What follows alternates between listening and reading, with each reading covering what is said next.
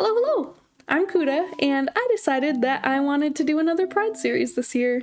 I did do one last year, but Pride Month kind of escaped me, so I ended up posting it mostly in July.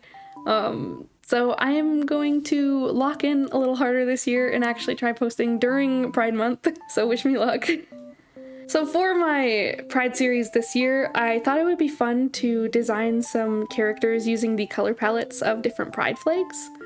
I know I'm far from the first person to ever do this, but it sounded like a lot of fun, so I decided to give it a shot.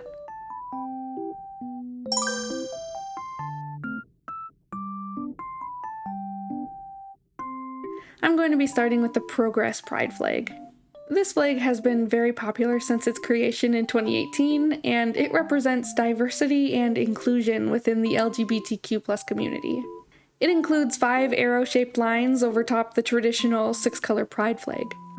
The placement of these 5 lines is very important because not only are they in an arrow pointing forwards, visually representing forward motion and progress, but they're also placed on the left side to represent that there's still a lot of progress that has to be made.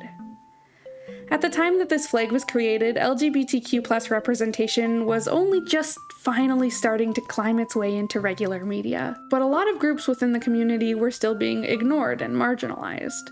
So people started proposing variations of the rainbow flag in order to represent these more marginalized groups, particularly people of color or transgender individuals.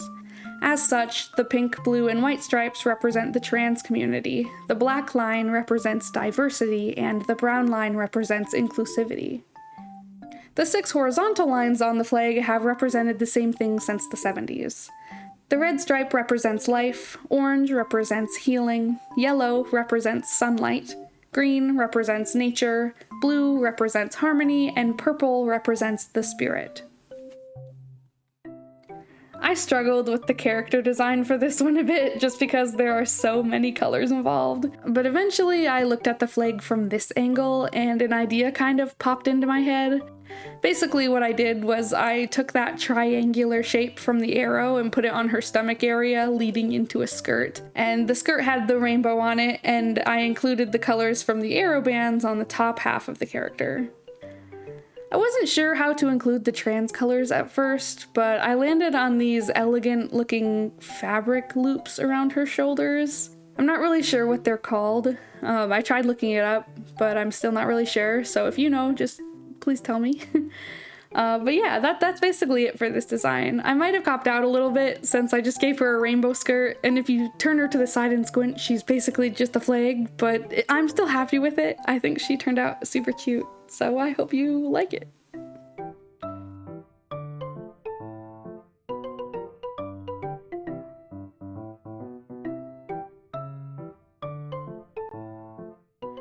My next character is based off of the AroAce flag. This flag was designed in 2018 and it quickly became very popular. It was made with the aim to create an AroAce flag that wasn't just the aromantic and asexual flags stacked on top of one another. A flag that could kind of stand on its own for the AroAce community, while acting as an acknowledgement that AroAce is a unique identity and not just a combination of 2 separate ones.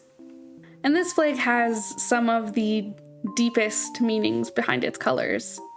The dark blue represents the depth and complexity of the AroAce experience. The light blue represents the vast spectrum of AroAce identities. The white stands for a sense of wholeness and completeness, independent of romantic or sexual attraction.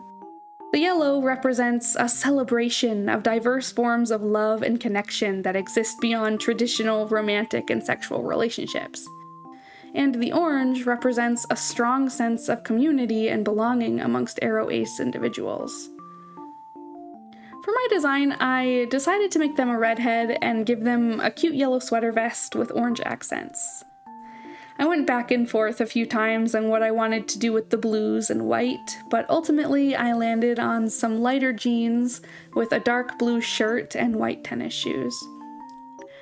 In pretty stark contrast to the last character, the colors for this one were pretty easy to use, so I whipped up this design really easily.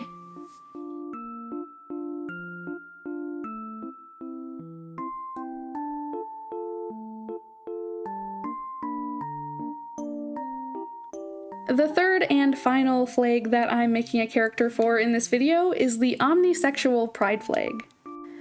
Omnisexuality has historically been dismissed or confused for more commonly known multisexualities. So in 2015, this flag was created as a way of visually representing omnisexuality and providing representation for it, while also separating it from other multisexualities and acknowledging it as a valid and legitimate sexual orientation.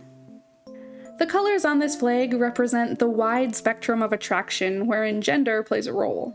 The pink stripes represent the attraction to femininity and women, and the blue stripes represent attraction to masculinity and men. And the deep purple stripe in the center represents attraction to those outside of the gender binary. This is one of the prettiest pride flags in my opinion, and I was really excited to hop in and make a character for it.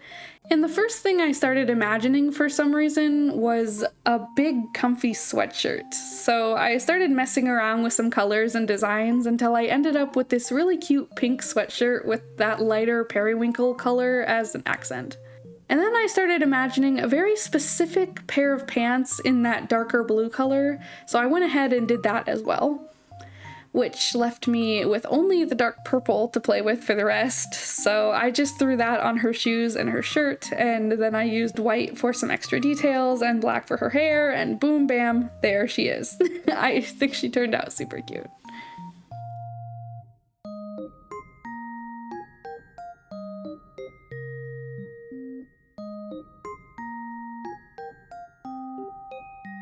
And that wraps up part 1 of my series, where I am taking color palettes from pride flags and turning them into characters. Today I designed characters based off of the Progress pride flag, the AroAce pride flag, and the Omnisexual pride flag. Now, not to say exactly what I say in every other video, but I had a lot of fun with this. I'm such a sucker for researching random stuff, and I'm also such a sucker for designing characters, so this was like a match made in heaven for me. I mean, I just had a great time, and I really hope you guys had as good of a time as I did, because I'm excited to do this again next week.